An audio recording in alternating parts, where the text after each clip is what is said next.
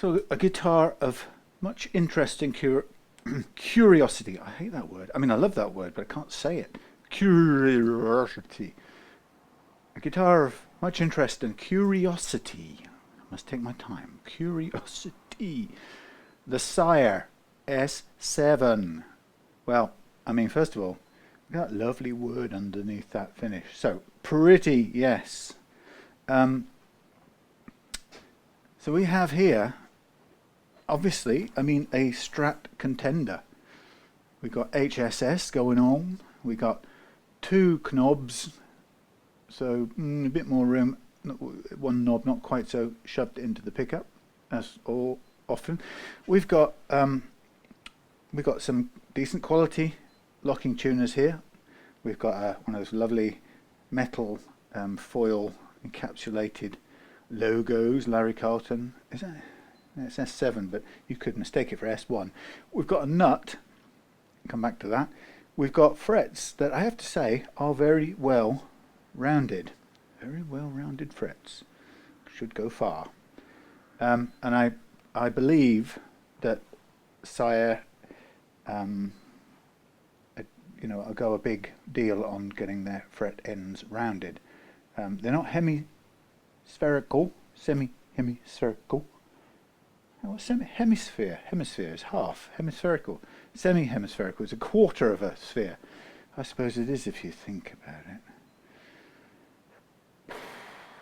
Yeah, there's too much to get my head. No, you want to know. Inquiring minds want to know. Here's my rationale. Okay. Hemisphere. No, wait. Hemisphere is a. Okay, hemisphere is the top half of one half of the sphere. Sphere is a three-dimensional thing, right? Hemisphere, semi-hemisphere. No, hemisphere is Hemisphere is half of the thing. Well, semi. So a semi-hemisphere is really that, and the frets are not shaped like that. So the truth is, the frets are, if anything, shaped like so. Sorry, that looks like a schoolboy's drawing on a blackboard. Don't anyone tell Sir. There you go. Look, there's your semi-hemispherical fret. And so what you're seeing is the fret, and it comes round like that, and sort of like that. That's rubbish. Anyway, I'm normally quite good at that, but that isn't good. Anyway, so I think we need to stop calling them semi-hemispherical. I think they are just hemispherical, because a hemisphere is half of a globe, or half of a sphere. Would that be demisphere? Oh, I don't know. What's hemi? Look it up. Anyway, answers in the comments, please. So after that little distraction, what have we got? We've got a roasted maple neck. Look at that, lovely, glossy everywhere. We've got those lovely abalone sort of colourful, deep blue and green inserts. I mean, inlays, aren't they pretty? I'm a sucker for those. We've got a pearl scratch plate.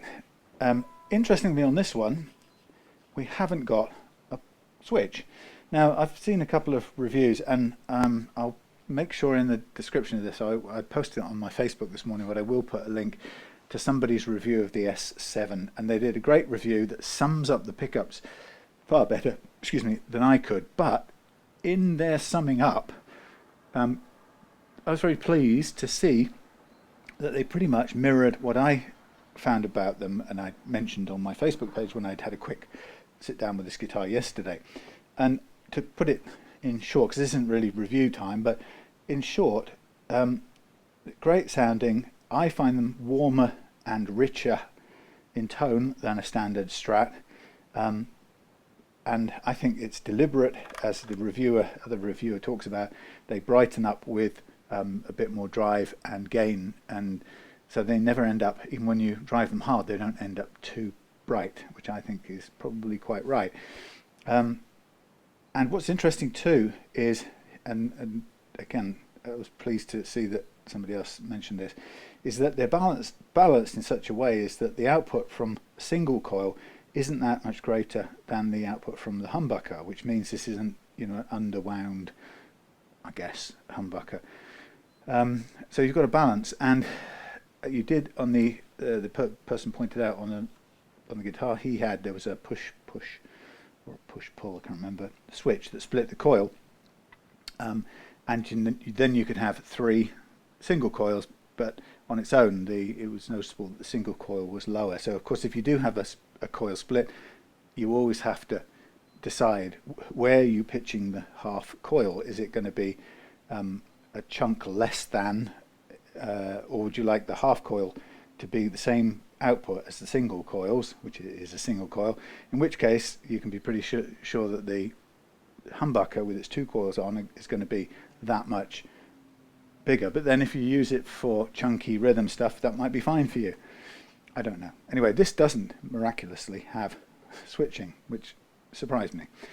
What have we got? We've got a 2-point bridge here, which for Gavin's purposes we're going to set kind of hard-tailed. And the thing about hard-tailing this sort of bridge is that you have to just be careful when you hard-tail it. It always comes ready to it comes with some built-in, usually with some built-in float, not usually a kind of full range, but at quite, still a workable range of float. So they tend to start off with these posts quite high up, so that this is horizontal still, but it's horizontal at a higher point, so you have got backwards movement on it as well.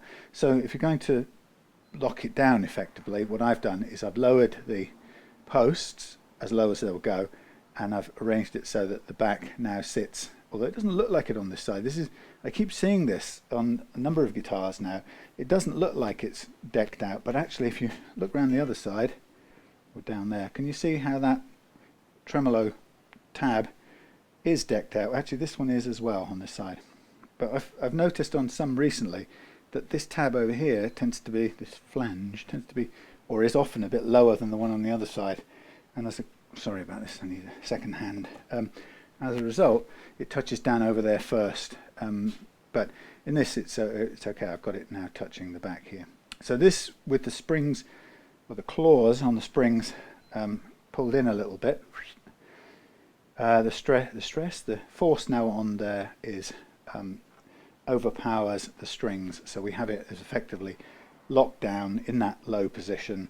It's such that you potentially could bend it so far that it tilts up, but in real life it's not actually doing that. There's no amount of bends you can do on here that's going to bring it up. So I did that off camera because I just wanted to see how this was set, and of course I broke a string straight away, so I've had to replace it. Now, having played it, I think it's an interesting one, because in pounds I think this one is still hovering, I'm going to try and do some close-ups now while I talk, hovering around the £400 mark, and that's a sort of puts it in a price point of a certain number of Strat type guitars that you can name and point to. And I guess you might say that it's in the realms of, I'll just think of a couple, the Squire Classic Vibe series. You could say it also falls in the territory of a Squire, a Fender made in Mexico Strat, and I say top of the range. What are they called? Pacificas. You get change, I think, from 400 quid. And then you've got a whole bunch of things like vintage reissueds and things like that, which you could get the top of the range out of those. And pretty much for your 400 quid, you get just about anything in the Harley Benton range. And actually, this is what reminded me. This guitar reminded me of when I first took it out. It has the look and feel of Harley Benton higher quality stuff. So I don't know if many of you have played the Harley Benton Fusion series. That's what this maple neck and the finish on the neck look and feel like to me. Now that's not a bad thing. I'm not casting nasturtiums at the S7. Just saying that's the impression it gave me. So if this was comparable to a Harley Benton, I think actually it does feel like quality-wise it's in the region of the top Harley Benton Fusion range, which isn't bad at all because they're well-made guitars. So this is like those Harley Bentons. This is made in Indonesia, although I think they're made. Actually, no, I think they're made in Vietnam. Anyway, so we've got that lovely roasted maple. We've got a contoured section on the back of the body there, coming up to the neck heel, so it's slimmer here. We've got Larry Carlton written on the plate, and we've got a reverse bevel there, and we've got what's a surprisingly ragged route. You know, I'm going to be critical of what, you know, the tiniest little things. I know this is covered up, but what a strange place to lose it in terms of pristine quality. I mean, everything else about this right now is, you know, it's pucker. It's got that lovely, you know, quality feel to it. And then you take the back plate off and you have a look at that scrawly thing over there that goes off in, you know, the whole of the back tremolo route isn't fab, but you turn it back over and you get suckered in by this lovely grain and everything's all right again. So it is lovely quality, and an initial play suggests it plays really well. Now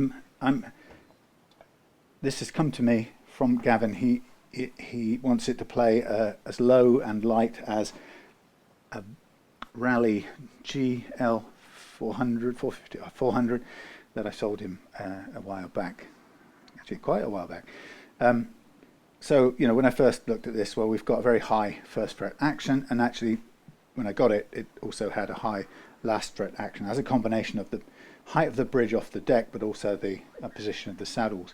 So I'm going to do two main things with this, really. I'm going to replace the what looks like a bone nut, but no, it has, the edges of it look like plastic. I'm going to replace this.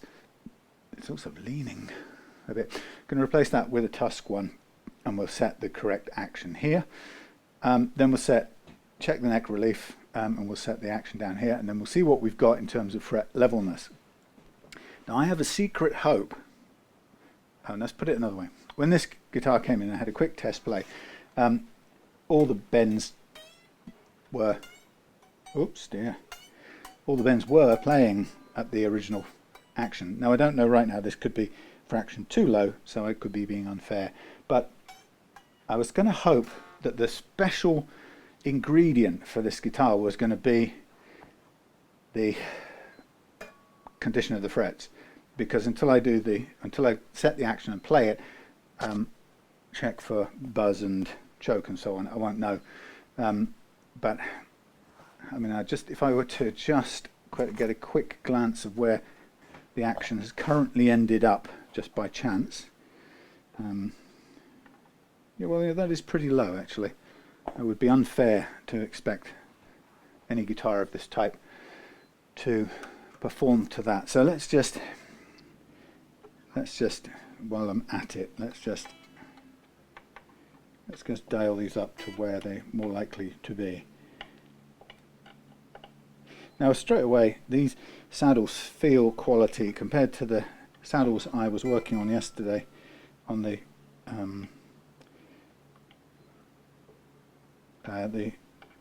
replacement Wilkinson bridge, which you know, generally speaking, are good quality, but they used the vintage steel, bent steel ones, and basically there isn't enough material in there to hold a good thread, so they're very easy to strip the thread, and in that case they suddenly don't go up and down anymore. Okay, so this would be the test height.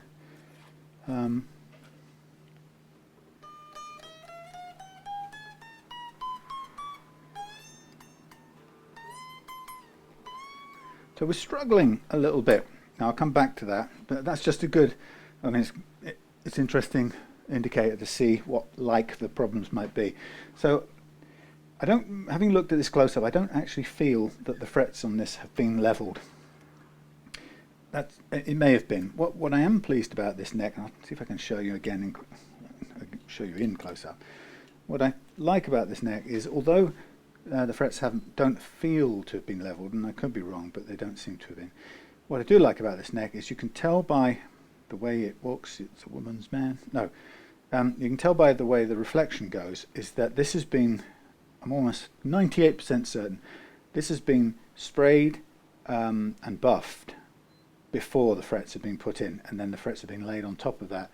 And that means they've been had to be very careful with any end fret work after that, because it's very, very easy to end up causing scratches and scuffs. So I guess they've figured out how to do that. Maybe they've taped off the board or something. That sounds like a lot of hard work. They've also done some in-between fret rounding off there. You can see it like little shorelines, slightly curved. Each one's been done individually, and that's a better. Well, it's about the best way you can do it, unless you want the frets to stick out on little strange stalks on their own. But anyway, so they've done this the longer way round, which I think is great because it gives you a much smoother looking gloss over the fingerboard. The Fender way is a cheaper, simpler way, and they basically put the frets on and then spray over the top of it, and you get this kind of carpet effect, which, because it goes up and over the frets, it kind of crinkles and rucks up at a certain point every time, and that creates a kind of peculiar, like a carpet wrinkle that reflects the light. So you see this light being kind of reflected in this constant wavy sort of thing. Anyway, I think this is actually bone, but it's what you'd expect. It's a bog standard Chinese Far East bone. On the this doesn't give me quite the room I want to move the strings out the way. I try not to remove the strings at this point because they're only going to, or they're likely to snap when I try and put them back on, because they're already crimped now. Something more about that later when it comes time to, let's just do it, because if I started doing it, we'll just do it, and if they break, we'll have to find some alternative.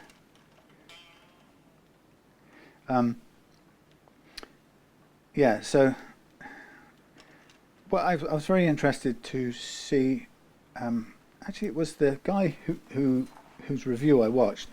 He said something that was really great to hear. He said that in his opinion, the nut is the heart, or he didn't say the heart, but it's the kind of the center of everything when it comes to tuning, which is absolutely right, and that's why it matters so much. What is good about this nut is that it very definitely, I can see from here, it definitely has a backward slope on the nut slots, and in fact it could have reshaped the nut quite a bit more to lift the strings out of these slots, because they're actually quite deep because they're going backwards. But they've done a pretty good job. The only downside is it's too high, and if it's too high, you're going to get issues with it trying to go out of tune. Now I'm just having a close-up look at whether or not this thing will give up quietly. Actually, it's interesting that this is a universal nut, so it's not one of those that's slanted on the back. So I guess it makes sense from a manufacturing point of view that you just make one nut, and then how you cut it determines whether it's left or right-handed. Far better idea for the commercial people. I totally get that. But it leaves it a bit sort of high at the back end. Now this is going to be a little interesting challenge as always. I'm going to have a look at tapping this nut and see how it's going to behave. Now some people say, oh, look, he hasn't gone around with a knife, and the reason I haven't gone around with a knife is that there's no finish coming close to or butting up to the nut in as it sits here. It will come off. It's nicely fitting. So there was no finish. There's a bit of glue that it's trying to lift a piece up here, and that's always the downside. So I'm going to have to hold that down. Let's see. Let's come away from there. Okay, so I will. So it's a little piece of finish that I'm now going to have to tap down, reattach and polish out. There's quite a lot of glue in there, so I don't think they really were encouraging anyone to take that out. So we're going to go now. That's what I suspected, that this is actually starting out a little fraction to a little bit loose, fraction loose. It's not the end of the world. It will work pretty well. The question is, it's probably a little bit too low down. So we've got a challenge. This is a deep slot, which again is slightly unorthodox. So it makes changing out with a nut, with a commercial nut like a tusk nut, a bit difficult. Now what I've got here is I've got some spare tusk, which if necessary I will boost that out and sand it back down. But I'm going to do some taking care of this little bit of finish straight away. Now this is always a difficult one to do, because you have to decide whether you lift it completely out and get the glue under and then just press it down, and then you have to figure out how you're going to wipe up any overspill if you have some, and is it feasible, because sometimes you try and clean up overspill and it ends up with glue going further into or further around the finish. Let's see if I can find my pointy things for squirting glue. So straight away the answer is not exactly, unless I put them down here somewhere. This is the exact moment where I could really have done with keeping this a lot tidier, because there were a set of pointy things for glue. I might have to turn the camera off and go looking for them, because they are useful. Maybe they're over on the far side there, where they would be sensible to be in residence. Damn, they ain't there. Right, this will bore you while I go looking for these. Maybe they're over here, possibly. Oh yeah, there they are.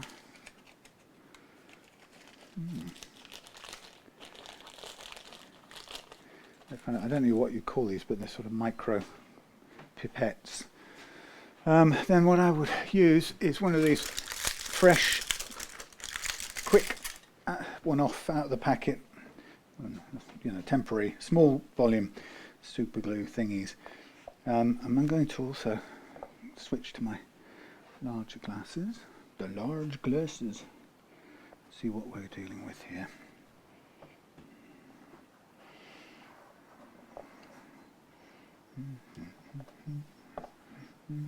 Sorry.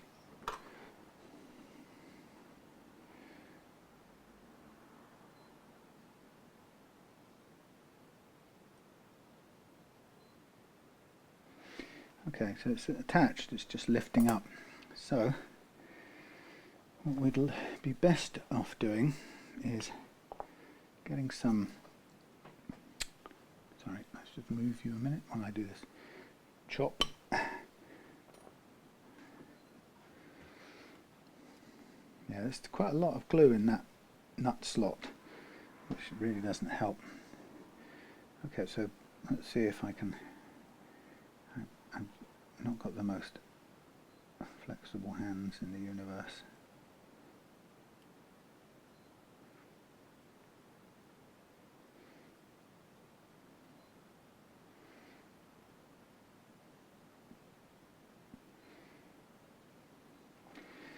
Right, that presses down on there, like so, and press down like so. Yeah. hold it. That was fairly painless, wasn't it? There we are. Good. Taken care of. I'll just polish that out a little later. I don't even think there's any. Don't think there's any glue on there that needs a thinner stuff. I think it's pretty much flat on, but I'll give a quick run over here just in case.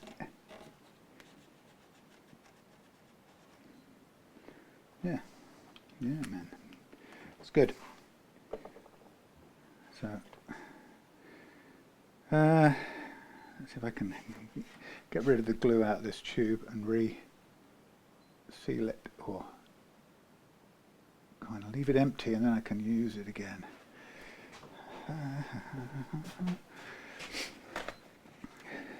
Well, I'll just try and use it again.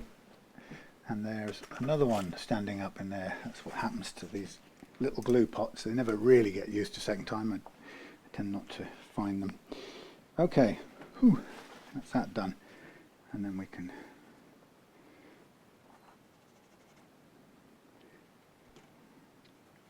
lightly polish off. Very nice. Okay, so now we've got the issue with the nut. So the thickness wise, we've got, it's not a major issue, but it is just on the, it's on the verge. If it was just like that, that's a bit of a pain. Let me just check something. Is this actually gluing or is this pretending to glue? I'm feeling that no, that doesn't seem to be wanting to glue. I don't know. Perhaps I should have sprayed some that stuff on it, accelerant. Let's try that.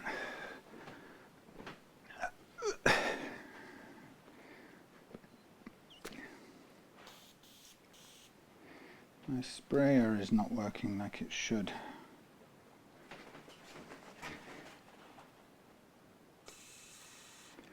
Well, there's some accelerant chucked on for good measure. I'm sure that will be fine. If not, we'll re-glue it. Yeah, so we have this. We had a question about this on my Facebook page this morning. Somebody said if you have a nut that's loose, what do you do if you're going to shim it or thicken it up? How do you do it? And the answer really is technically that is moving, isn't it? That is not gluing. Okay. Right, now it's loose. Okay, so that glue, it didn't like that glue. Why not? Maybe I didn't put enough on there.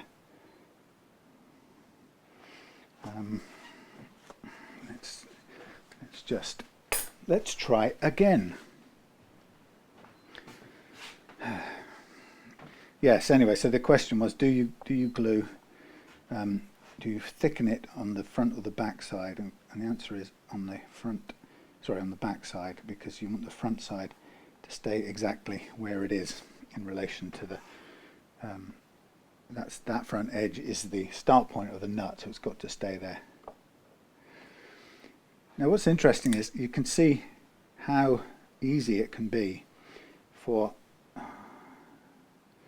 these things have to spill. You can see how easy it is for a tiny bit of glue to cause a piece of the finish to come up, and that's always a risk of how things are glued in.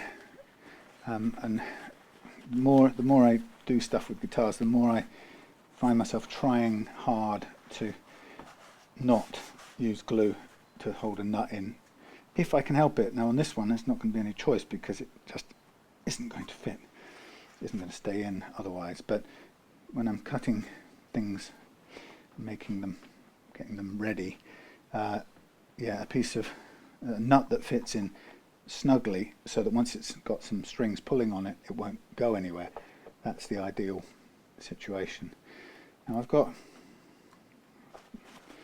looking at this glue here and I'm thinking, is it any good, or is it too thin, or is it too thick? I don't know, it's hard to tell. Maybe a fraction thicker than the previous one. Sorry, can't see very well. Now the trouble I've got here is now getting a piece like this back into place is very difficult. So you have to try and get it there and then lever it or move it into position without getting stuff everywhere. So if we have some glue on there, which it isn't wanting to go on,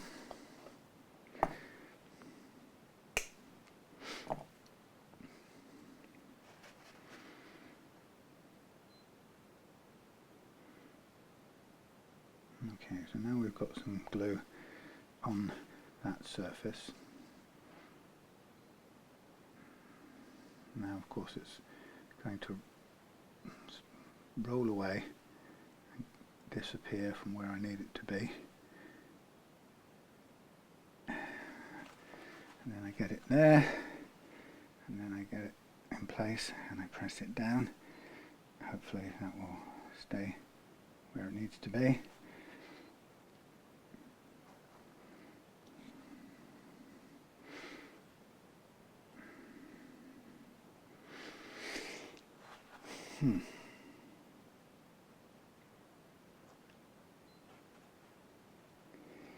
Not easy. And I could, I suppose, give it another little shoot of the stuff, fixer stuff. Probably a good idea. Let me get some more tissue paper. Sorry about this delay. Yeah, so I think the thing that gets me is when you have a manufacturer that doesn't, or for example, the amount of glue it uses, it doesn't take on board that the likelihood of somebody needing to change the nut for something of a preference of theirs. That sort of slightly annoys me, because it means that we're going to run a very strong risk of bits falling off. Okay, let's have a look. Can't see this fit very well.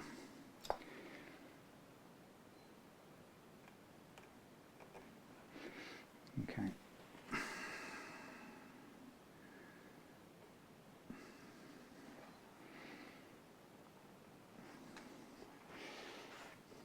Now I can't, let's see if I can encourage it. It's not seated on properly, but we'll see if we can encourage it to come adrift again. Give us another chance at it. Yep. There it is somewhere. Oh, here's the fun part. There it is. Blimey. So I'm going to, you know what I'm going to do, because the pressure of doing this on the camera is annoying me. So I'm going to stop it, and I'm going to have to get up very close to this in a very unglamorous way to get this in place with my special extra goggly things on. So if you just bear with me, and I'll come back when I'm happy with it. I'm just going to soak that in softener stuff as well, so I can get rid of the glue on that is on there. Right, hold fire, back in a sec. Okay, so thing fitted on, mostly cleared up. You can just about see it there, but it's tidily done up and polished out. So that was fiddly, I have to say. So it was kind of good to do it off camera. Now what I just want to try out here, and we may have to end up with a replacement set of strings if I can't attach these again. I'm going to just fit the two low E strings. No, that's not two of them. The Twin Peaks of Kilimanjaro. Anyone remember those? No. I'm going to going to try and fit. Thanks to this twisty bendy wires. This is why I don't like locking tuners. See how this won't go through no matter what I do? It's just determined not to go through because it's twisted at one end. Seems like last 2 days everything I've tried to do has been a pain, I tell you. But it's not going to continue like that way, right? It's easy, it's just stuff to overcome. Right, there we go. So, pinch and a little wind on. Okay, and I'll just get the low out of the way as well. So really what I'm doing these for is so I can tell how much more or less we need to do with this snut. Obviously if I pull too hard on it without putting any load on the high E, it'll ping out. So let's get it squeezed down. No, that's as expected, that's touching the floor. So we're going to need to boost this. It's kind of funny really, but coming back to the basic subject, it's slightly annoying, isn't it, that there's no slightly annoying that the thing original nut is, first of all, the slot is too wide, and next that this is the hole there is too low, too deep. So what I really want out of this is I want a piece of this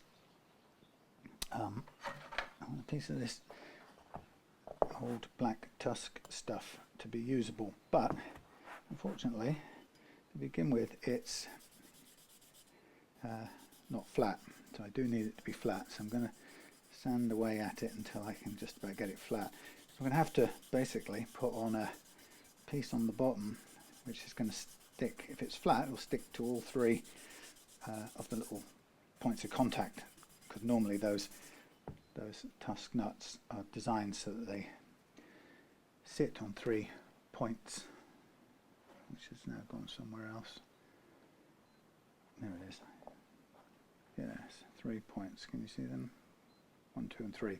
So they're designed so that they will work for both flat bottomed nut slots and rounded ones, curved ones.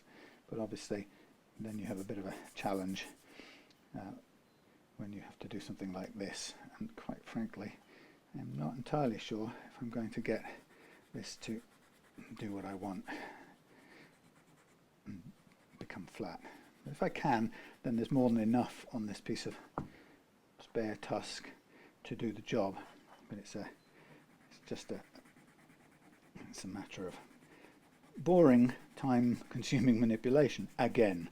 So you can tell we're back in the I should have switched the camera off routine. Anyway, so the idea is we should just keep on working this, but the problem is you run out of grip on it eventually, so we have to do it a bit more like this.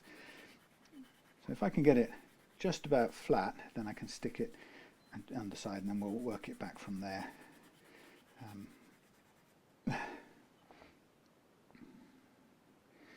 We'll see if it touches. I feel very clumsy tonight. I'm feeling clumsy tonight, dear. Right, so with glue on all 3 of those bits, you can get it to stick down just about now. And then we can get it to dry. That would be funny. We would hope it would dry, and then we will sand it out. So what I think I might do is I might try loading this with glue, and then we'll put it in the clamp, if we may. That's clever. It'll run off the edge there. Gah! Did I tell you I was feeling klutzy tonight? Okay, come on, do what I'm asking you. It isn't exactly rocket science. So, I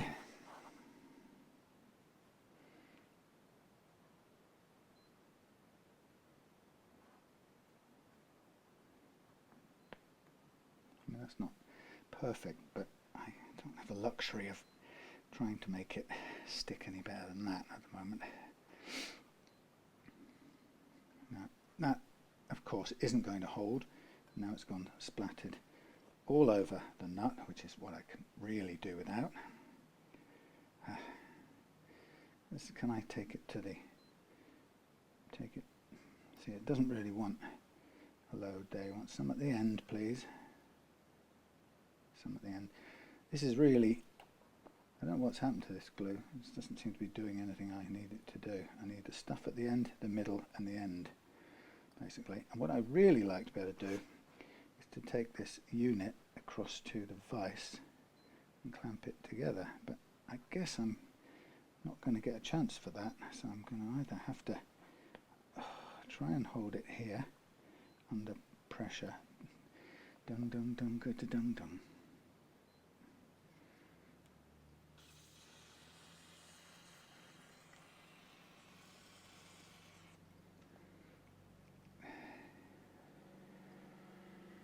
Let's see if I can just put this on the vise for a minute and have it sit there and do its thing. Stay in there, please. Right, well, yeah. I think that might just work. See, once that's stuck on there, then the whole thing becomes a lot easier to manipulate. See how much more faff is involved?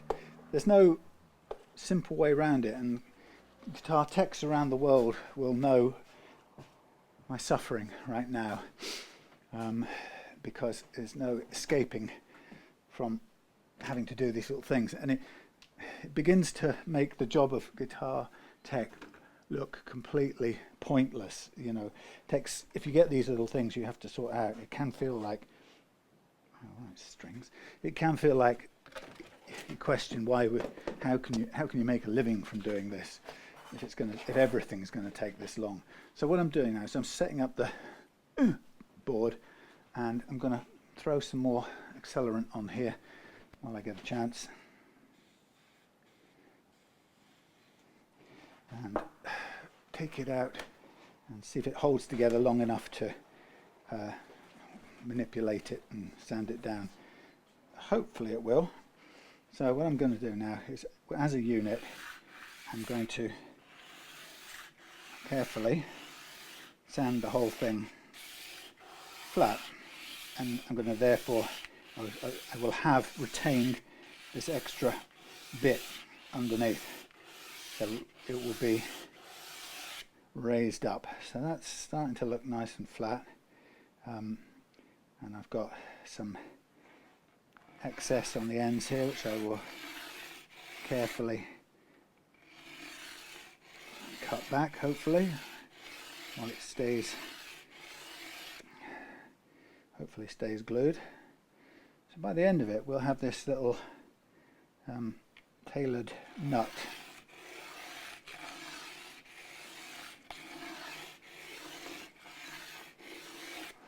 So it just takes a lot of care and effort. And so down this side I've got a little bit of overhang here, and I've got quite a lot of overhang on the other side. So I'm going to tackle the other side first. And again, a lot of this is just down to touch and experience using the sandpaper. Touchy and feely, our friends. And so the idea was I'll just get all of this down to a workable size. A little bit more to go. Hey, caramba.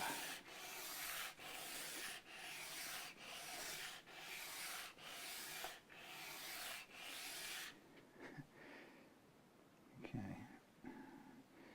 course I don't want to be sanding anything down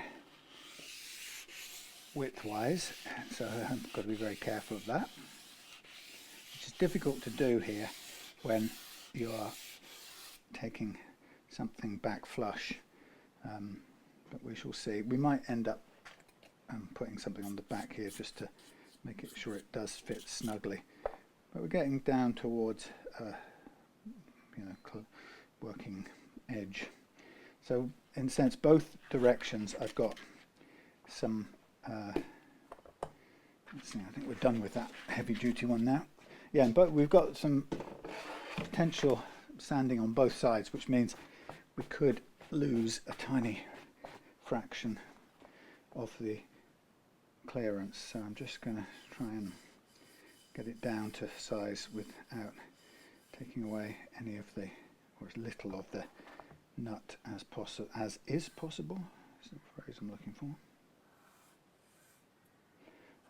But then again, if we do take a little bit away beyond what we want, which is not to take any away, we can always just we can give it a little boost on the back side with some tape, or some, could even have done a bit of this stuff. Okay, so we're now, I'm happy with the face of that. Now I'm going to try and bring the back edge down flush, again without cutting into the face of the nut at all, or the back of the nut hopefully, but it's guess as you go, and stop as soon as we feel like we've got to the surface, which is about there. Okay, so what I'm doing now is I'm also checking the size of the nut, which is looking pretty good, and then I'm going to take some more down height wise, and then once I've got it roughly where I think it should be, I will have a go at fitting it, see how it looks. Okay, now I've got to straighten this up a bit because it's wandered off vertical, hence the strange side to side movement.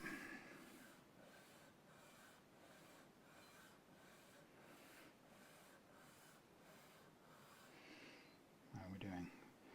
Back on track. I'm going to now take off this little extra burr at the end very carefully.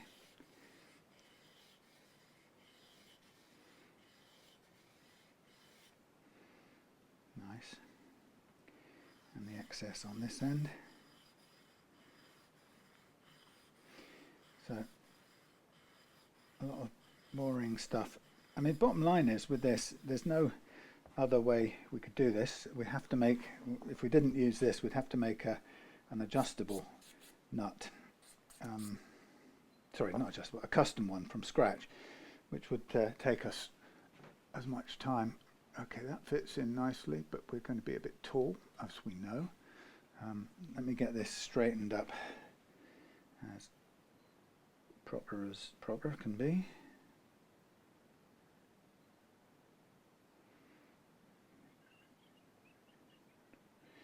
Let's have a check. Right.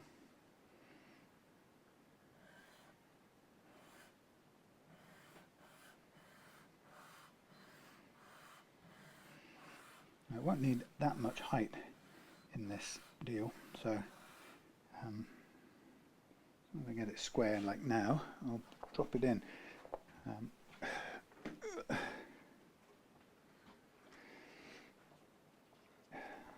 So here we are, and here we go. Here we are, and here we are, and here we go. Sorry. Up and over. Okay, so now we've got a nut that's giving us a pretty good height, but it's still too tall. And the way I would typically do this would be to measure what it needs to be first. I can see that's a ton of height there and quite a bit there. So I'm going to work on the base side more than anything.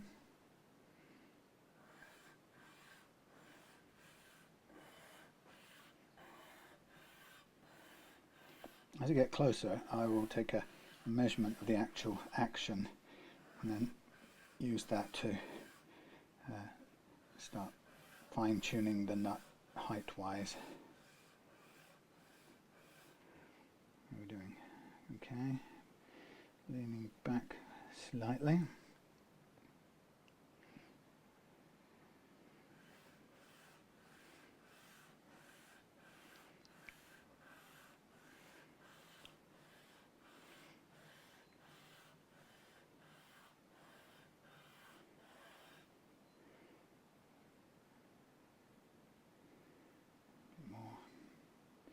A bit more forwards.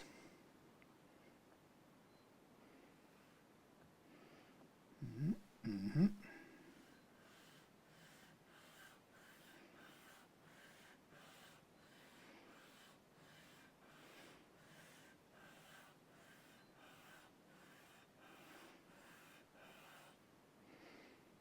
Okay, getting there.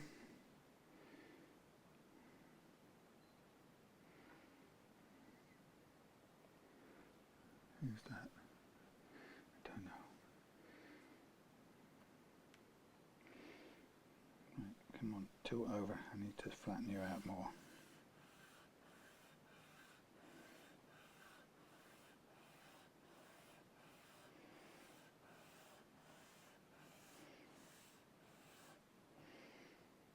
Okay, squarish.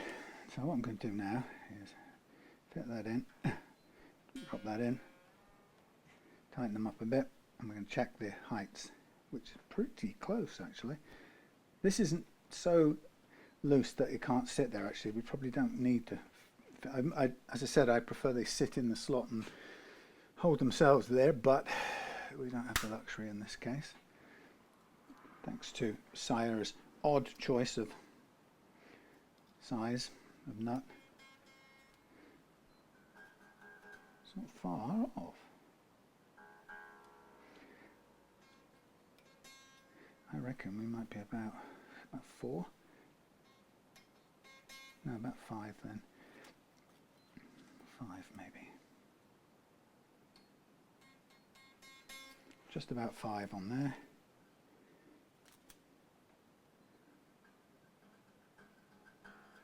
About 5 there.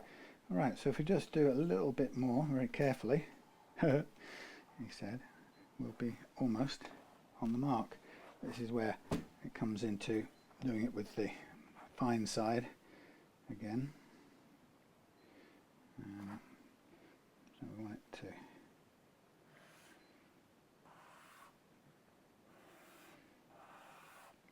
sit up straight.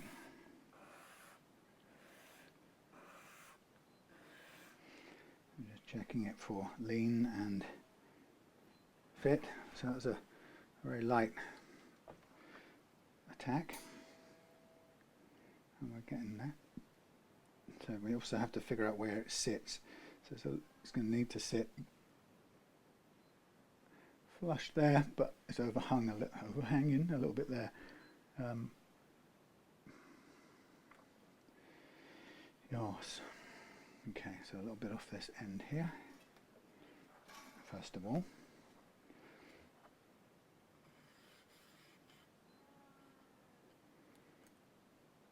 Now it's come unglued. Right, let's do help. It's not that important, but I do want it. I'd rather it was stuck than not stuck, more stuck than not stuck.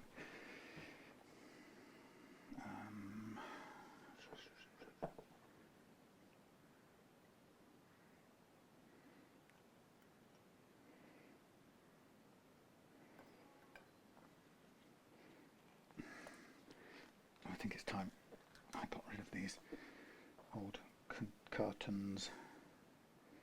They ain't happening.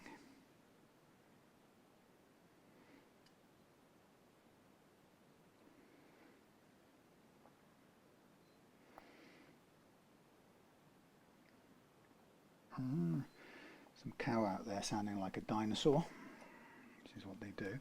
I'm just going to carry that pressed tightly shut over to here. Give it a squirt. Aren't I? Squirt away, come on.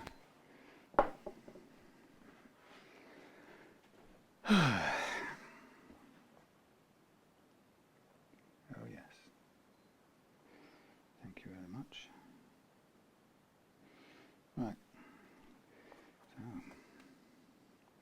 So that's one of the slight problems when you come to sanding down on an end which has been glued, because it sort of tries to pull it apart.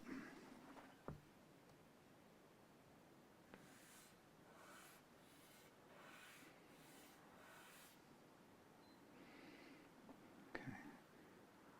Right, that's got some grime on the edges there which wants to create a bit of resistance, so I have to just smooth that out like so. There we go again. It's just patterned up at this end thanks to the glue. So let's just very carefully remove any burrs. We'll just come back in and check the hangover at the edge. Right, that's into there, that's into there. So a little bit more off the base edge, and then we'll go back to concentrating on the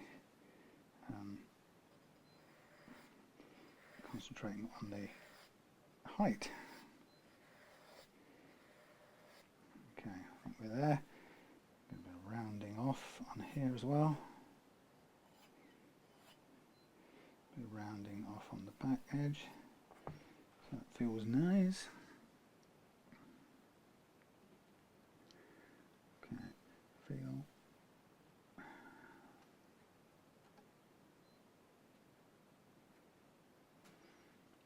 Tiny bit more.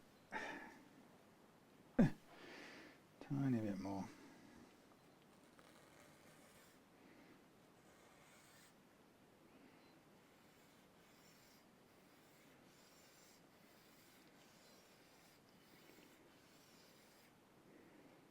How are you doing? Sorry, this kind of stuff I run out of the will to converse. I don't mean to be ignorant. I'm focused, that's what I am. Okay, now we should be at the width we want. Let's now concentrate back on the height. Put these under load.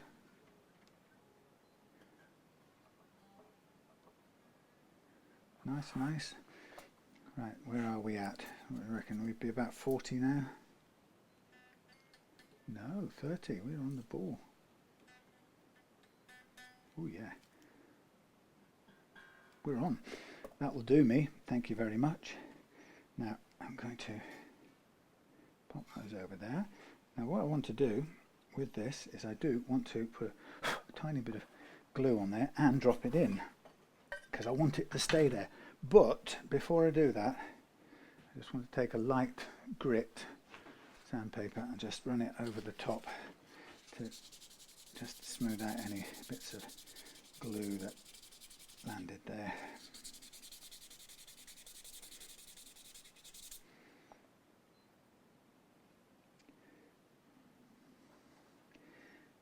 A bit crunchy stuff there. Begun. There we are. Okay, so after all of that faffing around, we'll be ready to get on and hopefully do the fun part, well, the bit with the frets. Now we do know that we've got some choking out at the action we set, so I've just gone through that away, didn't I? So we know we're going to need to do some leveling.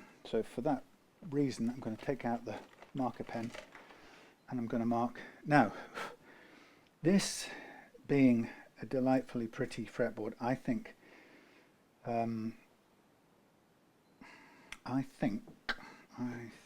what I'm going to need to do is I think we need to mask this off first, which is a sort of only because it's so nice. What I don't want to do is get any stuff going on. So typically now what I'll do is go off camera. There's a bit of the annoying bit. So I think I'll just keep the. What am I going to do? No, I need to get either side of that, don't I? And I'm going to need to do it all the way down, which is going to be an absolute pain. So let me take those off one more time. If we can always use sacrificial strings if we don't get there. So this is slightly unorthodox way round, because normally I would be doing this afterwards. So now we get to the boring time right now together. All right, so I tend to use this tape all the way down, and then I go to some pre-cut bits, switch to those. But I think with a beautiful gloss fingerboard, this is the thing to do. Like I say, some you wouldn't need to do it for. I think it's the glossness of it that makes me want to take care of it in advance. And with masking tape being mighty cheap, I have no problem doing that. So we've been kind of, again, long delayed on this because of misfortunes at the end of the nut, and having to sort of build a custom nut, really. Like I say, there's no real way round unless you're going to fit, unless you could find another Chinese bone nut to fit in there. But the point was going to the tusk for the best possible tuning stability. So we can't compromise on that. But with any guitar, there's a slight risk of fingerboard or finish damage. So this was thankfully very small, and it wasn't from the normal, well, I won't say normal. Sometimes you'll get damage from the glue, which that was the case. Sometimes you'll get damage from the finish, and this hadn't got the finish all around it, and what I couldn't see, unfortunately, was the glue. So I assessed it for, was there any finish, because on some guitars, like older vintages, not older, some vintage guitars, vintage brand guitars, some, what was the other ones? Actually, some older rallies. Anyway, they had this thing where they would put the nut on and then spray the finish, well, yeah, the black and the colour and the clear coat over the top of that, so the nut would somehow they must tape off the nut, but the base of the nut gets sort of glued in by paint, and then you come to try to remove it, and if you're not careful, if you're not aware in advance, you run the risk of peeling off quite a big chunk of headstock finish, which is obviously a horrible surprise that you really can do without. So when I know one of those is coming through and I can see that the nut has been painted in, then I'm straight away getting into the mode of cutting the nut off, so I don't have to run the risk of. It means that I can cut it down the middle and then break it inwards on itself, and that way you never have to tap it in any direction, which runs the risk of taking the finish with it. But this one was deceptive because it was only glued in place a bit enthusiastically, and unfortunately that was not visible. There we go. Right, so I've got some pre-cut tape here for the thinner bits, which is lucky. Hopefully I've got enough to complete this one.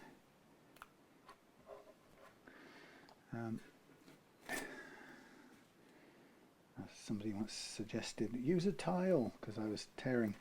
I put all this masking tape on a kind of melamine board. Anyway, of course, after cutting hundreds of times in a row, it was making the whole melamine stuff splinter into sort of bronze, and it was lifting up every time I pulled a piece of paper up. So somebody said, why don't you get a tile from B&Q? And actually, I was down at my local tip and I found me a tile there, and I got 2 of these for £1. The guy was making a killing that day on me. Anyway.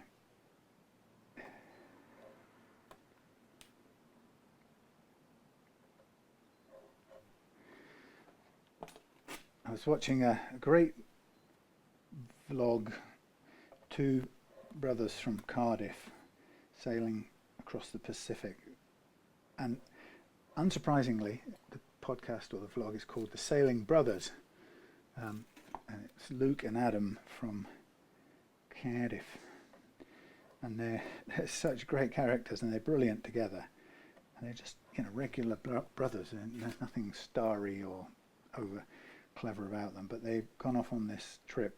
Well, I think they, not so long ago, learned to sail, and then obviously came up with this thing and sailed around Britain, I believe, first, and then got stuck in across the Atlantic, then went through the Panama Canal and came out into the Pacific, and they're now, well, not, I think they're already back. I don't think it's real time, but they, in vlog time, they are in the middle of the Pacific at the moment, which is fantastic. But they're great fun, and funnily enough, I realised watching them that if there's one thing I would have on my bucket list still, I think, I mean, I'm sure there's millions of things I can think of, but the one thing I get the feeling I'd strongly like to do, and that would be to do the same, a passage, an oceanic passage, and it's funny in a way, because at some sort of level, I mean, I've always, well, not always, I like sailing. I've always liked being on the sea. Ever since we were little kids, and did a couple of passages on oil tankers, company ships, if you like, from the Caribbean, where I was born and my mum's from, back to the UK, or back to England as it was in those days, the home country.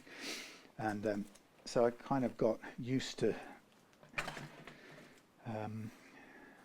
you know, being out on an open sea and smell of diesel, but not quite the same as sailing. But I would love to do a sailing passage across an ocean.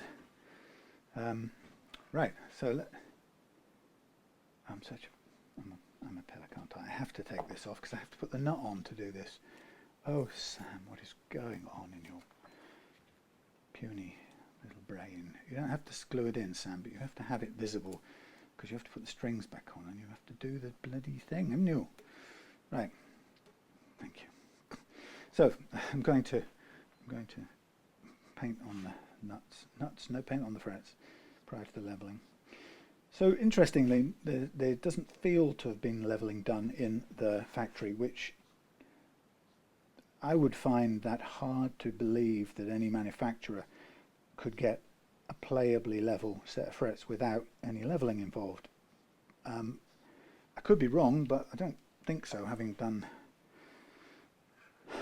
plenty of refrets myself, knowing, you know, what the mechanics and stuff that are involved. So I think it seems to me quite unlikely. But despite that, they have definitely doesn't seem to have been leveled. So we won't really know. I'm trying to find me a way through for this wire again, so we can at least just get the fret leveling part of things done. So now I'm going to lock it as close as I can on the clean bit of string, because I just need these sacrificial strings to last just long enough to do the fret leveling. Now I don't need any more from them. They can pop off. Oh, that's just broken off there. So now I really don't have the reach for it. Terrific. So that one's, this one might just get there. Yeah, that one will get there. Let's just lock that one in place. Hopefully that will. So now I'm looking for a B string, which I've got from the set I opened this morning because something broke. Oh, it's going to be this one. We'll fit that one in a second. So this is two strings now that have gone into this setup, and this one feels like it's likely to break as well, because but then I've still got more of these too, so let us not worry. If we just get it up to pitch and do the leveling, that will be very nice ish. I mean, these really are short cropped now, so there's no push through strings here. This is right through as oh, there's a bit extra there, but that's the only one that does. And now what I'm going to do is just snip off the extra bits here and here, because I don't want them risking going round and scraping. Why is this now not wanting to come out? That's odd. What's up with you? Nothing major, just weird. Yeah, so bucket list, that's what I'd like to do. But in a funny way, it's kind of out of my comfort zone region in some ways, but I would love to do it. I'd very much like to. The idea of sitting out in the middle of an ocean, knowing that there's nothing between you and well, you're on your own, nothing can reach you out there. And that, of course, that's terrifying in some level, but it's also thrilling in another. So if I ever spot an opportunity to do that, I shall jump at it. So I'm going to do up the high E and the low E together, and then the new one here. Let's put this thing on it.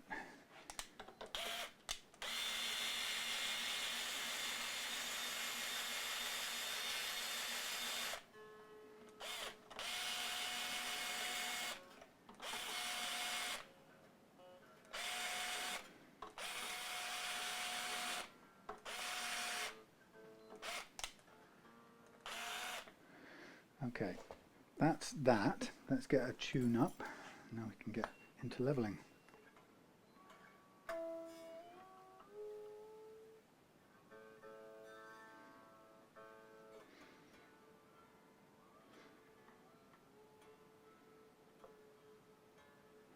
I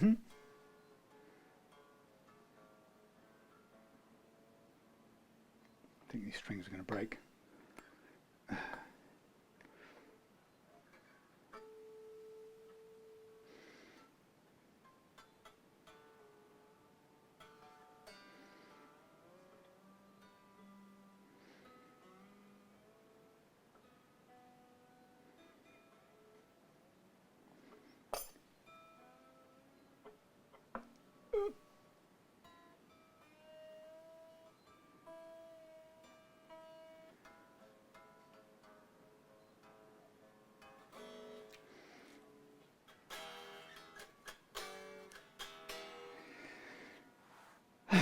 Right, I am now going to get down the fret leveling beam, and let us replace you some. Sorry about these camera angles, have been so boring for this last period of time, but that's really what comes with a tricky, uncooperative setup. So what I'll do is I'll do this leveling. We'll check out what it tells us about the neck, and we'll come back afterwards. Now, this, some of you might cleverly point out, hang on a minute, you're doing this on top of paper, and that is very true. Oh, and the other thing, what did I check before? I checked the relief, and it wasn't huge, but I'm going to start with that, and we'll make adjustments if we need to. Yeah, so I'm looking at this, and I'm doing 2 layers of masking tape where I'm putting these what do you call them, guide nuts, so it's just fairly close, it's not too far out. Anyway, let's get on and see what we learn about the neck. Okay, so it is very flat, so we're going to be right at the edge of this tool's comfort zone. And okay, a bit of curve still, that's not too bad, but very little. Oh, a bit more, okay. Yes, so sailing. I mean, obviously, I guess I've been in the middle of the ocean before, and I must have liked it. And every time I've been on the sea since then, in terms of cruise ships, I've been on one cruise. You know, whether it's what would you be on the water? Mostly sailing, but I've done a couple of trips in vessels to destinations, and I love it. So after a first bit of leveling, I'm going to see what it tells me about the condition of the frets, and I won't be at all surprised to find that there are some highs and lows, because that's pretty much what we were getting out of the deal. Just by playing it and trying to bend the notes, that's what tells you what's going on, really. This the business of the leveling, first of all, kind of reconfirms or affirms what you thought was happening, and then it helps you obviously to take care of it. So looking at this, we've got lowish, okay, lowing out, low ditch, okay, highish, okay, low, highish, okay. So we've got a couple of quite focused areas of low pressure or low spots, and I'm just going to tweak them again. Now what I knew to begin with, that was that everything played at this action. What it didn't do very well was do the high E bends, and of course we do want it to do that. So the aim of the leveling process is to reclaim those bends, so that we can have a low action and get to the bends that we want, which is usually the high E going across into what I call the G track. So when you're not bad. Actually, we're not doing bad there. That's looking all right. We might have even got there in a first go, but usually we have, well, we'll see as we go across, as long as we've got all the bends out of it, but they definitely were choking out before I started.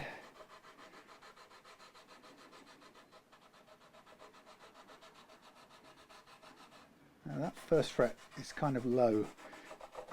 It's not the end of the world, but let's make sure we don't get any chokes down there.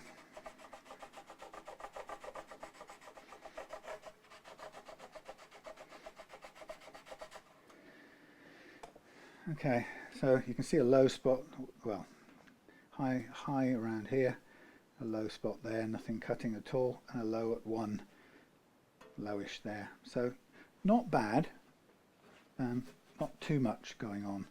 So of course what's important is when you do that bit of level, we want to make sure each of the notes plays.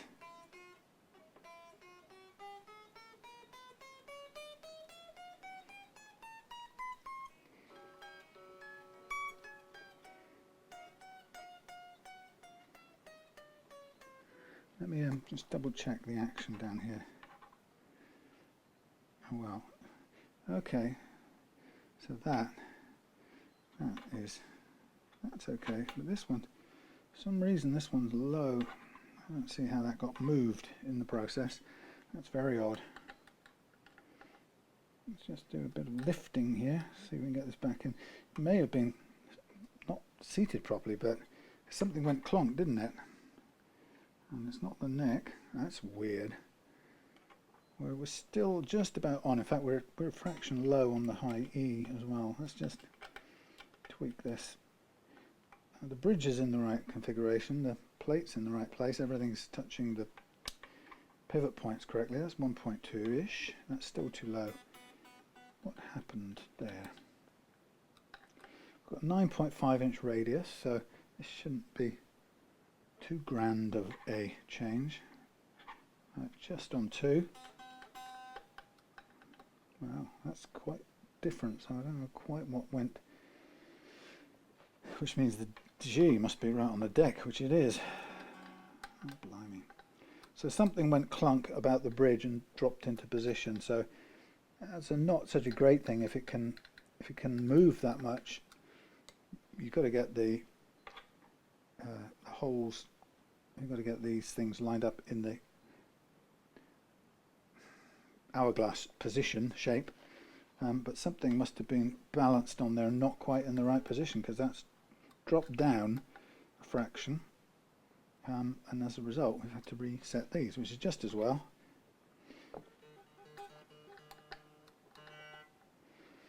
It's worth checking. As soon as something doesn't feel right, double check.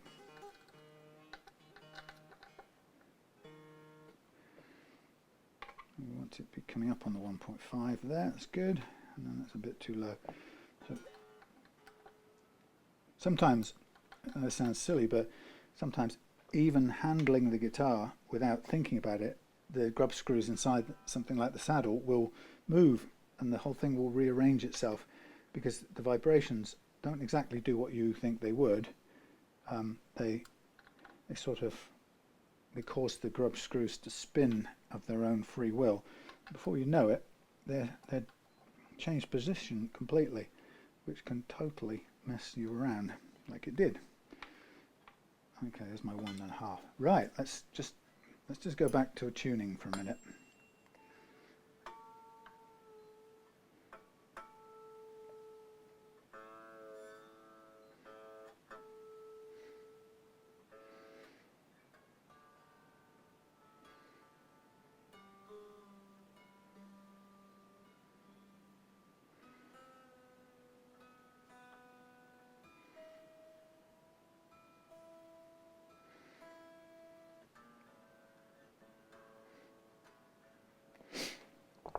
Right.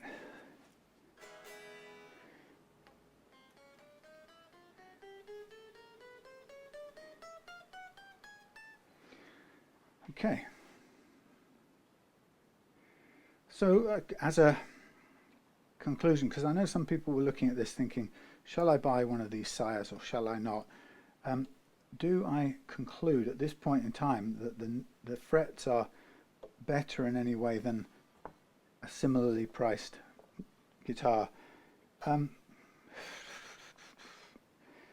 like to say yes, but I can't honestly say so insofar as they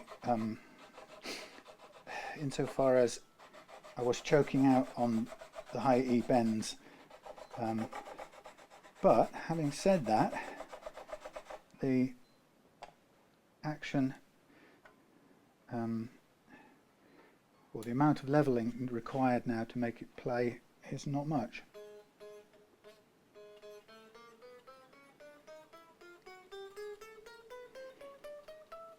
Let's check the height of that one again. G, I think that's a fraction low.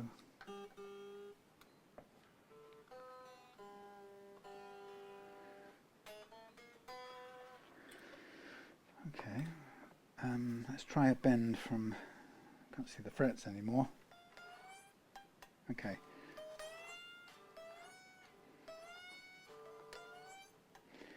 Okay, so we're choking out there. We're getting quite a long way, aren't we? So we're going to concentrate a bit of leveling up here. I can't even see what the number is, so I'm going to draw on it. Do a little bit of extra leveling on there, because that is just choking out, and now we know the action's set right finally. So I'm just going to concentrate a little bit harder up this end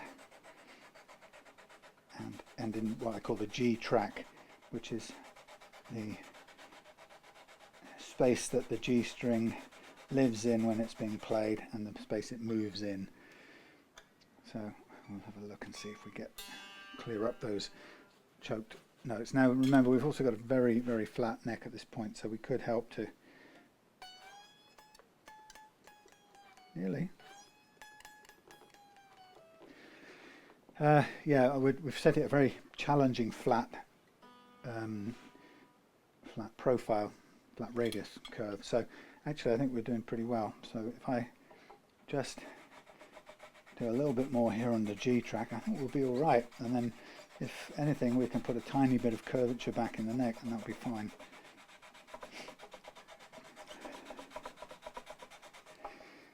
Yes, so sailing. I'd love to do more of that.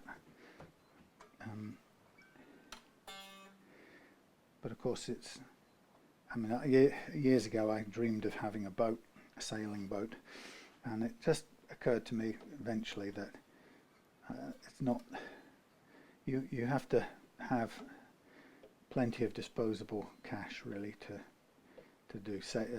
own a sailboat, because it's a constant demand of money, which if you say you've got assets and or you earn enough or whatever, that's cool, but that's never been me. So it seems a lot more sensible to think about looking for opportunities to sail rather than own.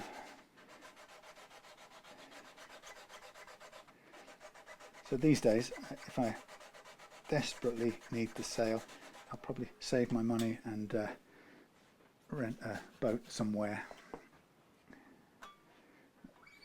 Because even if it's expensive, it's still cheaper than owning one.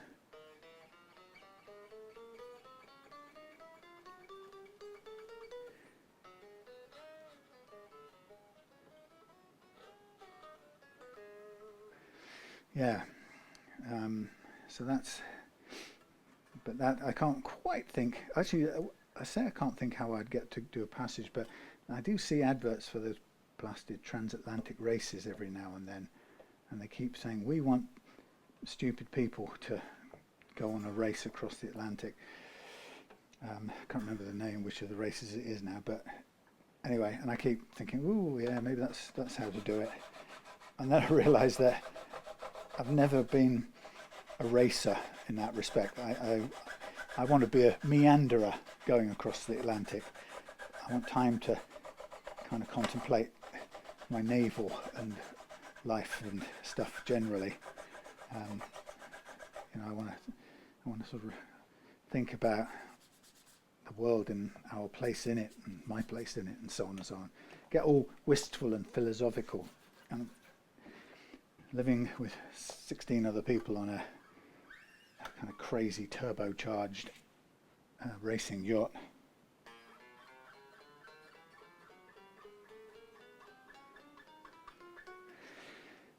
Isn't my thing really. So I guess I'd have to look for some similarly decrepit old fart who needs a bit of crew and also is looking for the same sort of navel-gazing voyage. God knows who that would be. Anyway. Or win the lottery or something. Right. So we're kind of just about there with the levelling, I think.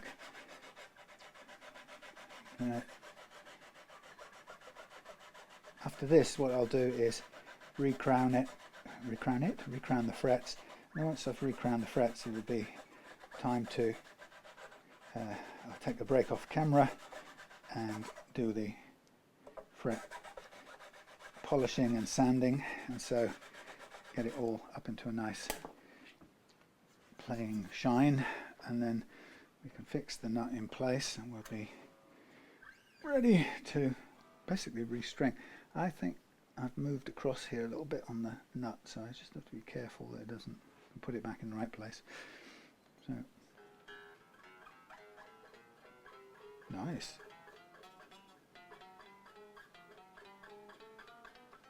Remarkable.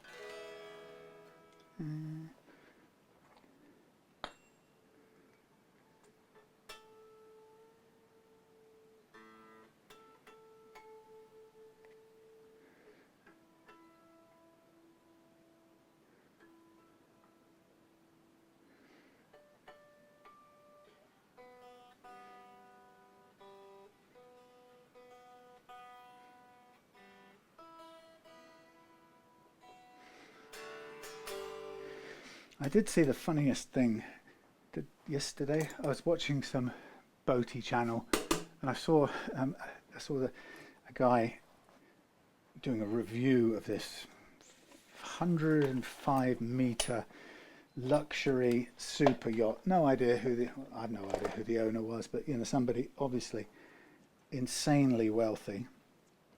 And this person was all dressed up in suit and looking very smart on board this, having the privilege of being on board this yacht.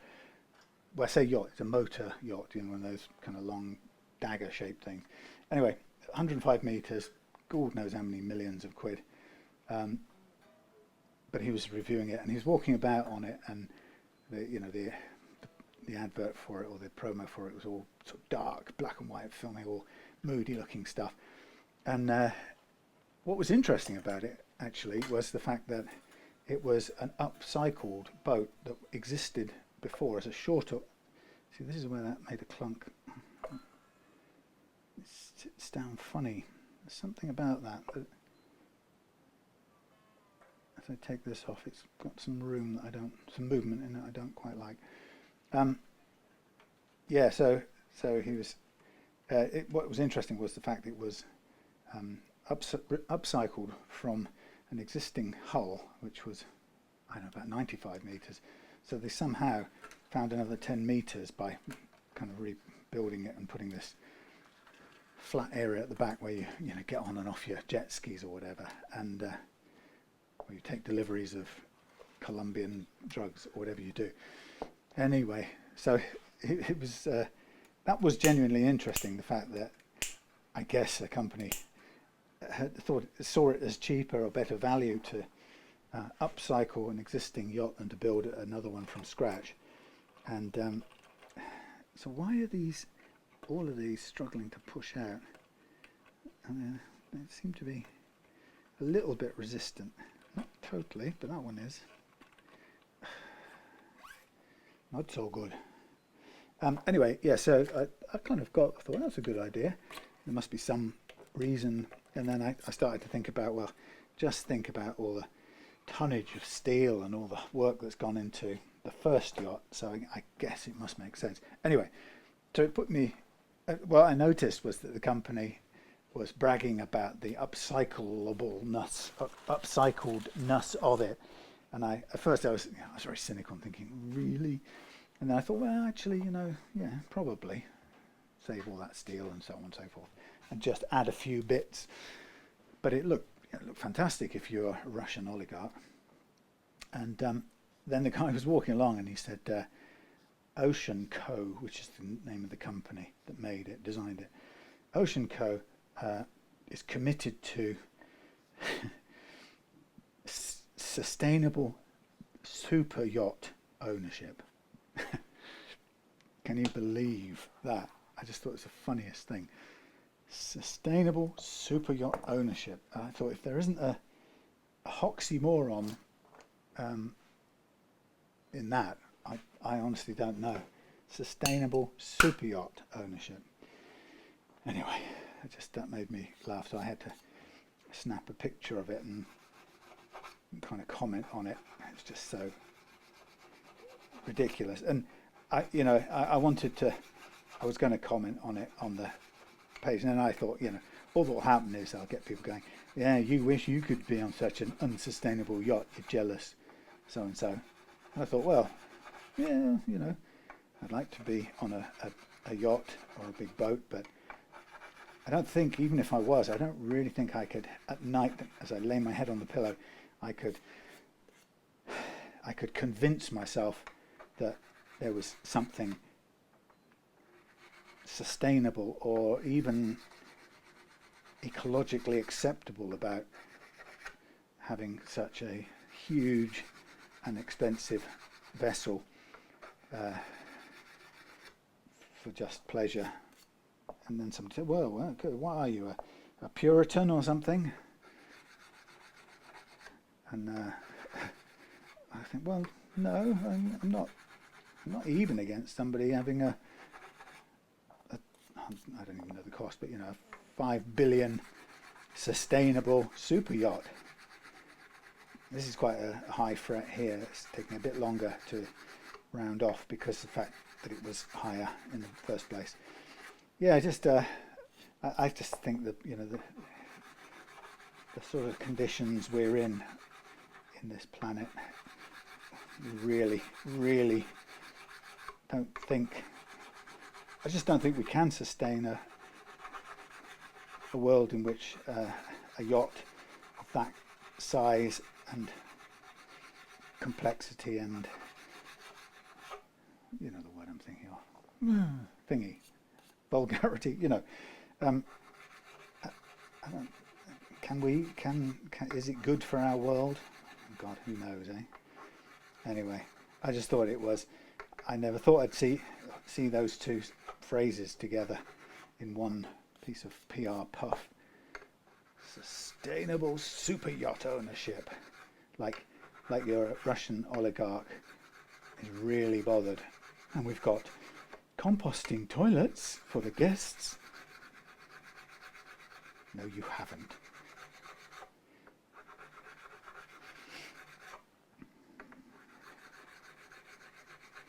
In the guest salon, suites, staterooms. Ah, well. Would I ever have such a thing? No, I absolutely wouldn't. I think there's something wrong about having something that extreme, and particularly if it's sitting around costing money 24/7, 365 days a year. Just, I know. And then somebody would say, well, would it be okay, Sam, if you lent it to your friends once, you know, every friend had a week every year, you know? Would that make you feel better? Would that assuage your ecological guilt?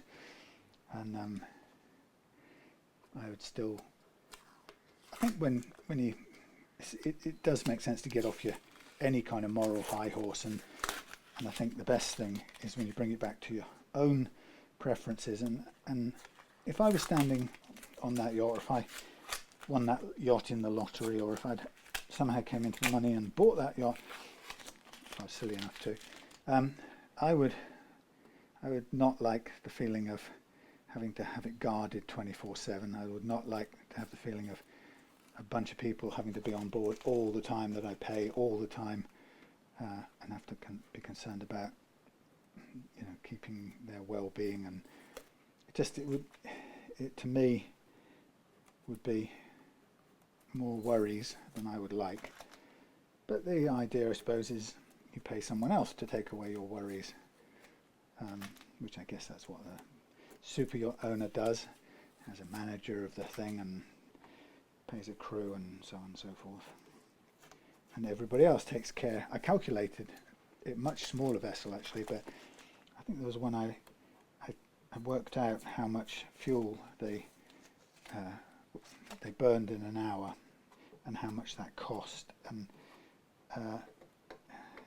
it was just an unbelievable amount of money to run just in fuel, and that's not even with the everything else, all the crew salaries and the mooring fees and the customs this and the insurance inspections that and the maintenance the other. And of course, they say, look, that's okay, you're obviously not earning enough to pay someone else to take all those worries away. So, and the old adage, if you have to ask how much it is, you can't afford it, is probably very true. I've just done the most stupid thing, brain off. You know what I've done, don't you? I'm going to turn off the camera in a minute. I've taken the bloody stuff off early, so I'm going to put it back on. But I'll spare you the boredom of me doing that again. Oh, what a plonker. Anyway, I'll see you when it's done. I'm going to polish all of these out. Then it will be a matter of reinstalling new strings, and we'll be pretty much done. What a faff. I forgive myself. Anyway, pretend it never happened. Edit. No, I don't edit things. See you in a bit. Right, well, of course, that last bit didn't happen, and I didn't have to spend time redoing the masking. So just bear with me while I string the strings. So all cleaned up, all polished out and so on. So now ready to restring, and then we'll get into fine tweaks and intonation check, which I imagine this will be very well set. So I've got some masking tape on the back there. Goodbye. So hopefully when we load this up, the plate will go back to where it should be without any surprises. That's the plan. So, okay, so I'm not going to harp on to Gavin about tuning stability because he knows it already. I think I've probably bent his ear on the last video, but just in case someone else is watching who isn't Gavin, the tuning stability of your guitar is primarily based on two things, and it's worth just considering them as equal. And the first is the nut, and the second is the slack that you haven't released from your strings. So notice that none of that has to do with your tuners, and none of it has to do with your tremolo if you're using one. It's got to do, the instability comes from slack in your strings and frictiony, grippy nuts. So we've taken care of the nut by giving it the best chance we've got, which is fitting a tusk one. And the next stage in a minute, we're going to take care of the stretch part. Now the slack in your strings will stay in your strings and keep sort of coming out for months and months, if not years on end. So the idea that you do a little quick stretch and it's out and you can play is just wrong. If you think of it like that, you will leave slack in there and it will come back and bite you. So what I do, even with locking tuners, so I don't end up breaking a string when I need to slack off again if I need to, I pull back about a fret's worth, no, I'll strike that, a centimetre before locking it on. Okay, and I'll get my winder upper ready for a minute. So that 1 centimetre, some people think, well, I didn't buy locking tuners to have this guy wrap stuff around the posts. I mean, after all, aren't the locking tuners about speeding this all up? Well, they are, that's great, but by definition, they lock by crushing. And anything that locks by crushing, it doesn't take much to work out that it's damaging the thing it's crushing. That's okay if it stays in place. Well, it isn't ideal, but let's say it stays in place. But if you should ever, for whatever reason, need to slack off the strings to adjust something, which you probably quite regularly do for one reason or another, then if you've pushed all the way through and locked the thing at its full extent, you will try and thread it back through once you've slacked it off and done whatever you need. When you try and reclamp on that same piece of string, you will break it because it's already weakened, so you'll lose. So basically, if you use it to its full locking potential without this extra centimetre on it, you won't get a chance to slack the strings off. And the one time when you do need to do that, you'll be really uptight when you break your string because you just slacked it off and it wasn't able to do that. Hence this extra centimetre mantra of mine, right? There's no harm at all in putting that extra bit of stuff on the post. It helps to take up the grip, and it also means you don't have to lock so tightly. Now, just how much less tight you have to crush the string in the locking device is up to you to find out, but by definition that extra turn takes up some of the grip, and you don't have to lock as tightly. That's why I don't really personally get any benefit out of locking tuners, and I don't buy them for myself. I get perfectly good results out of standard tuners, providing they've got good gearing. That's what I care about most. And as far as staying in tune, they do so perfectly well, providing I stretch out the strings. That's the main thing. So we've done the 50% that is the nut. We're now about to do the other half of the tuning stability equation, which is the slack in the strings. I've kind of worked it out in the past, judging by how much detuning you get when you really stretch them, and then how much that translates into parts of a whole tone note, and then how much how much, what was I going to say, how much, how much it takes to put your guitar out of tune, how little it takes, and then how many times that little bit of detuning you've got in the one string's worth of unreleased slack, if you get what I mean. And actually it's several hundred detunings that you can get, which is really not good. Now first of all, I'm just going to put these under load, and I'm just trying to keep a close eye on what's happening with me, my bridge plate. It seems to be in the right place. We didn't have a tuner, an arm with it, but I'm just going to see this arm, that's down the bottom of the... Now are we right there? I think we are there on the pivot. So let's tune up, which is up here, and then we'll do some stretching.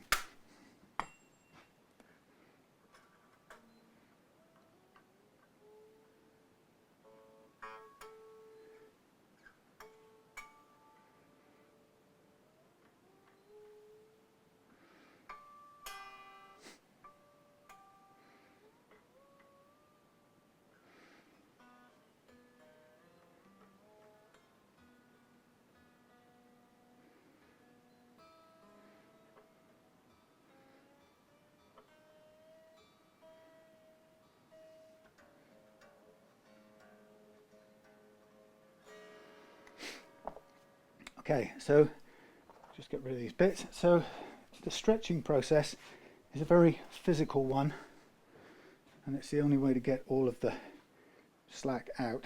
And what we'll hear is as we stretch the strings, you'll hear it detune when we come to test the tuning again. And that detuning will have been waiting there to kind of come out of your strings every time you did a bend, or you maybe hit the tremolo or something, and that's just the detuning part. If you have the slack in your strings unreleased, which is capable on its own, if everything else is perfect, that slack is capable of detuning your guitar for 600 little detunes all the way. You've also that alone is bad, but when you've got the two together, the unreleased slack and the over frictiony thing, nut,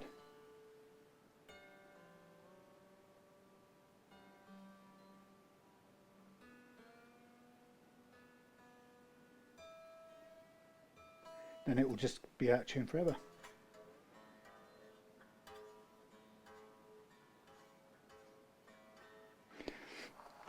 And people always blame the tremolo as if it's at fault, and of course the tremolo isn't at fault.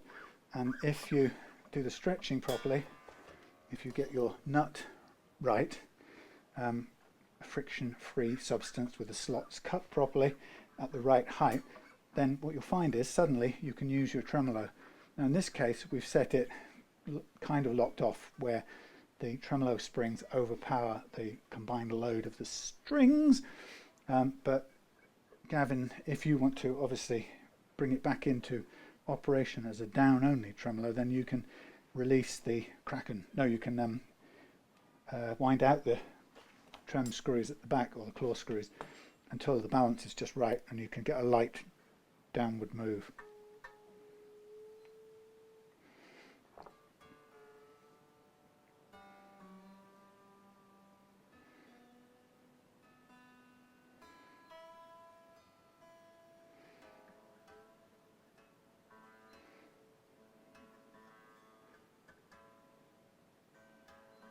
Okay, so there we are with the second of three. I'm going to do 3 stretches, and then once we've done the 3, I think we can be fairly confident that it will be in tune.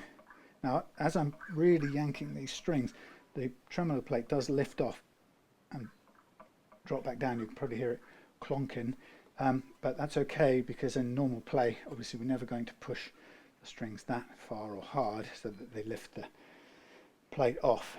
Of course, when you have a tremolo anyway set in, if you have it set in a floating configuration, you're always, the other strings, let's say an open string, is always subject to being detuned as you bend and increase the pitch of another string. Oops, that was stable now.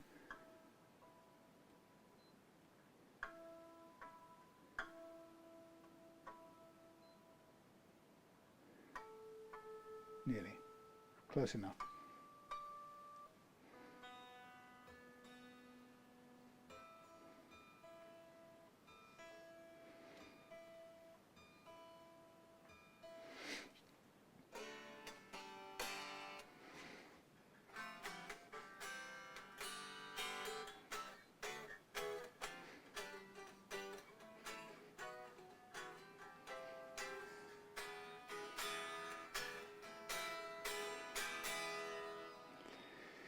Okay, now that's that. Let's just check the action to make sure nothing major has occurred. That's one way of knowing. Here we are. We're running at 1.5 there, which is good. We are very low down there at 1 point. We're still straight. That's good. So that's in place, but we are very low, so we can afford to come back a tiny bit on the. I can find where it's gone. On the high E. We'll just check the others. A little tiny hoik on the high E.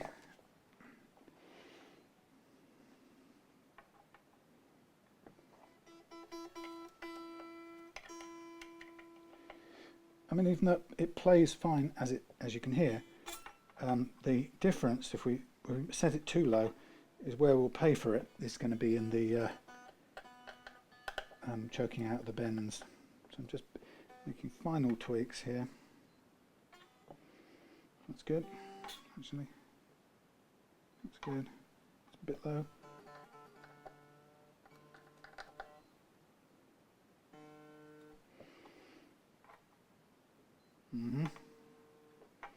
Fraction high now.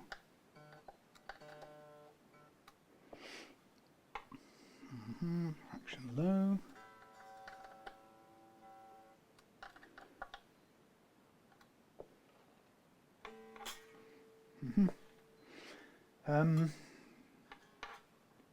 Yeah, that's about right.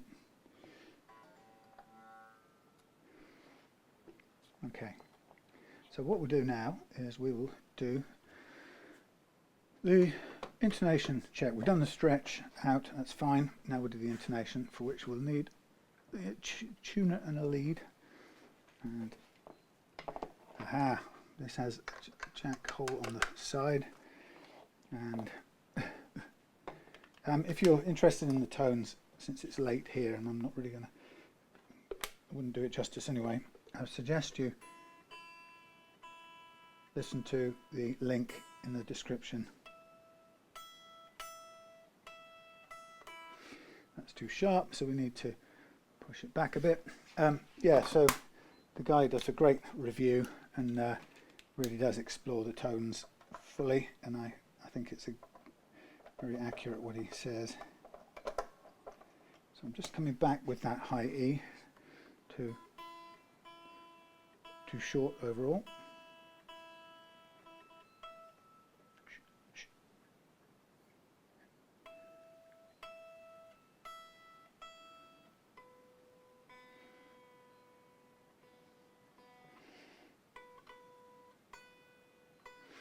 Okay, and so we'll use the high E to as a start point. That means I better slack off a little bit. Now I put everything, well, the next two go a millimetre back from each other in one after another, and then the next one, the D, is a little bit ahead of the G, but not much, so about half the distance ahead in front, and then the rest work backwards a millimetre again and another millimetre. So with a bit of luck, all of these now should be intonated.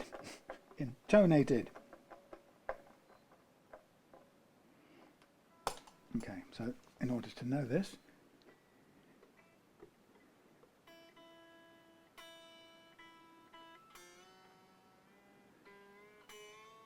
what I noticed about this guitar, it has got quite a lot of synthetic harmonics.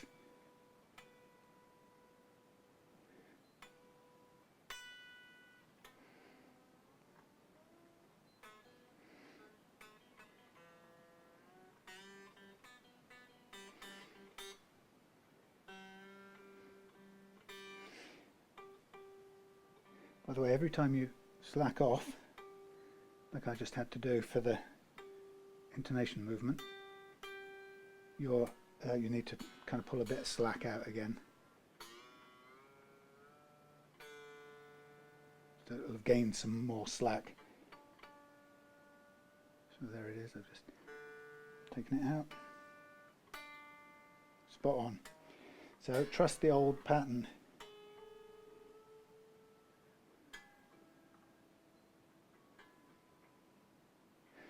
So I say it's a bit of stretch. That's the plate coming up with my stretching.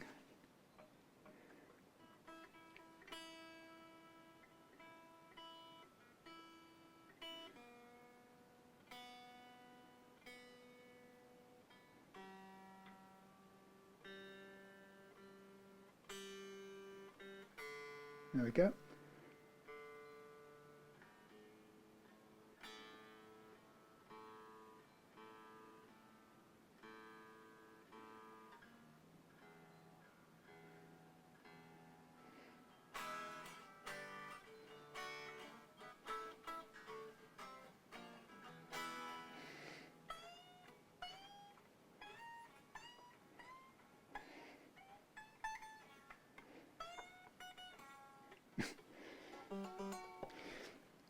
I hear something like the springs vibrating a little bit. Might be worth experimenting with tamping them down at some point. Maybe put a bit of tape over them and see if it improves it.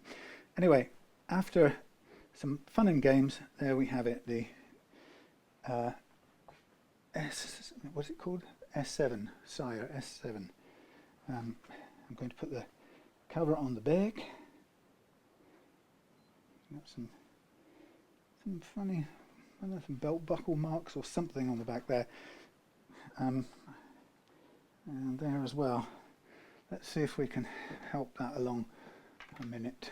We've got some stuff here. Let's see if we can just help these marks. Gloop. So there's some on the top edge here, and there's some down there.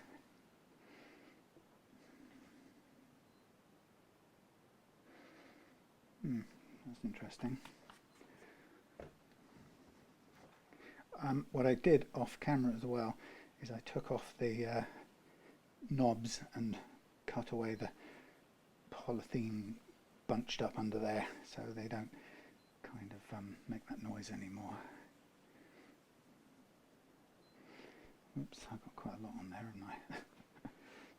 haven't I? Okay, so we're pretty much done. I'm just doing a last little bit here, improve whatever that sort of, it looks like it's come from being played a bit on a few days of play on some particular bit of clothing or something, but I should be able to help it along.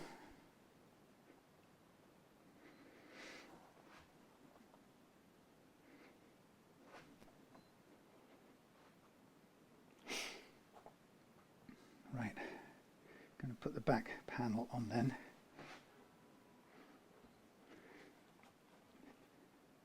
Hurrah.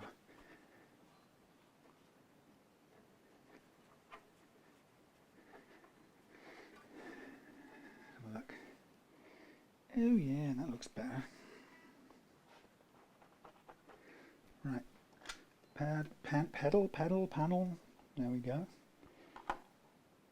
So, have I got a verdict? The question I sort of asked myself was, is this a Strat beater?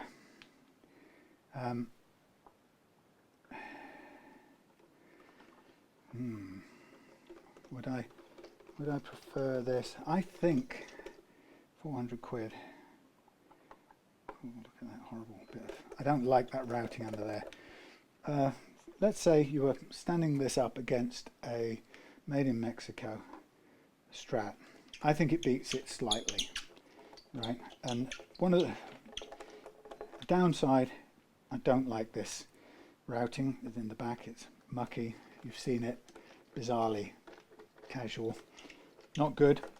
On a plus side, it beats the made in Mexico because this has, I don't know about them, I couldn't be certain now, but Mexico's I saw a lot of had standard lightweight zinc blocks. This has got a full weight block, a quality bridge, and I think it's a better quality one than most of the made in Mexicos I've seen. Made in Mexicos have historical problems with the finish. I don't think this would be the same. Excuse me. And I think this, pound for pound, I think this had less fret problems actually than a made in Mexico Strat typically has. So I think it was very good in that. It is very good in that respect. I like the pickups on this. I like the way the fingerboard is glossed, and I like the pickups. And there's a tiny little bit of scratching there. Yeah, I like the pickups as well. And I personally prefer a 2-button thing. Don't have any need for a third knob, I should say, not a button. But that's just, personal thing. So I think it's a made in Mexico beater. That's my personal take on it. Whether that also then equals a a beater of any other kind of guitar, because somebody might say, well, okay then, but what about it compared to the Harley Benton top of the range Fusion thing? And I'm not entirely sure. I'd have to look at that separately with those eyes, and I'm not really a reviewer anyway, so this is all just off the cuff. But there we have it. So yes, better than most MIMs, I will say. So that's it. Bit of faffing about with the nut. Unfortunately, had to spend quite a bit of time sorting out that little repair. I've got, actually, the way this sits now, I've got a tiny bit of tweaking that nut, just about a tenth of a millimeter hanging over. So I'm going to do that and then go home. And that's it. Thank you for watching. See you again very soon.